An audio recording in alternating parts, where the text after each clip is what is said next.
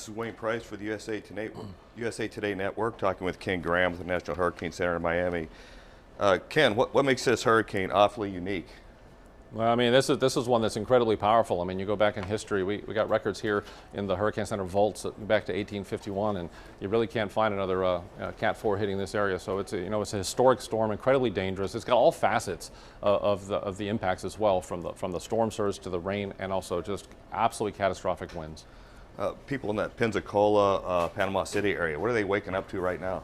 Yeah, these are the areas that you're already seeing some of the gusts, and we keep getting information constantly coming in here. Apalachicola just had a gust of 56 miles an hour. So, we need to not focus just on that center and just that eye. That's very destructive winds as well. But these rain bands, if you're in Panama City and these areas, you're starting to get some of these rain bands. You could get tornadoes. You can get high winds. We're already seeing, winds in the 50-mile-an-hour range in these rain bands. So we're already starting to see the rain, already starting to see the impacts.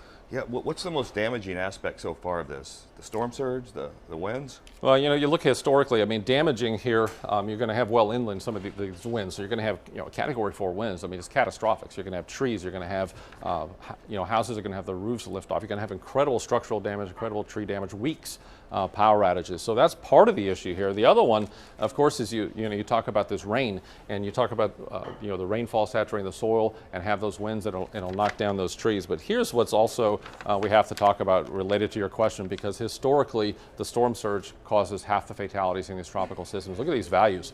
So I mean, this is brand new and updated. We're going 9 to 14 feet. We're looking at Tyndall Air Force Base over to the Osceola River. I mean, that's staggering, and that doesn't include the waves. So that, with the waves on top, is incredibly destructive. That'll actually destroy buildings and anything in its path. So incredible amounts of water, even over the Destin, 6 to 9 feet.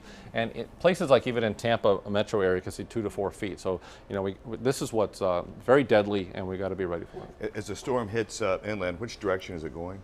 And once it goes inland, you're going to have a situation that it continues into Georgia and the Carolinas. But what's interesting about this, it's not just the direction. You look at the size of the wind. So you take the center, and then you can draw a line around the center. Tropical storm force winds extend about 185 miles away from that center. So you talk about, landfall. Right now we're just updating the winds. 145 miles an hour is the latest information we have. But look, we're still a hurricane in Georgia. So you're going to have hurricane force winds into Georgia with those rains. You're going to have trees down, damage. You're going to have power outages stretching not only from the Florida Panhandle, but deep into Georgia, and still a tropical storm into the Carolinas. So you're going to have the possibility of some damage and power outages there too. Yeah, it sounds like it's be a long couple days in that area. So.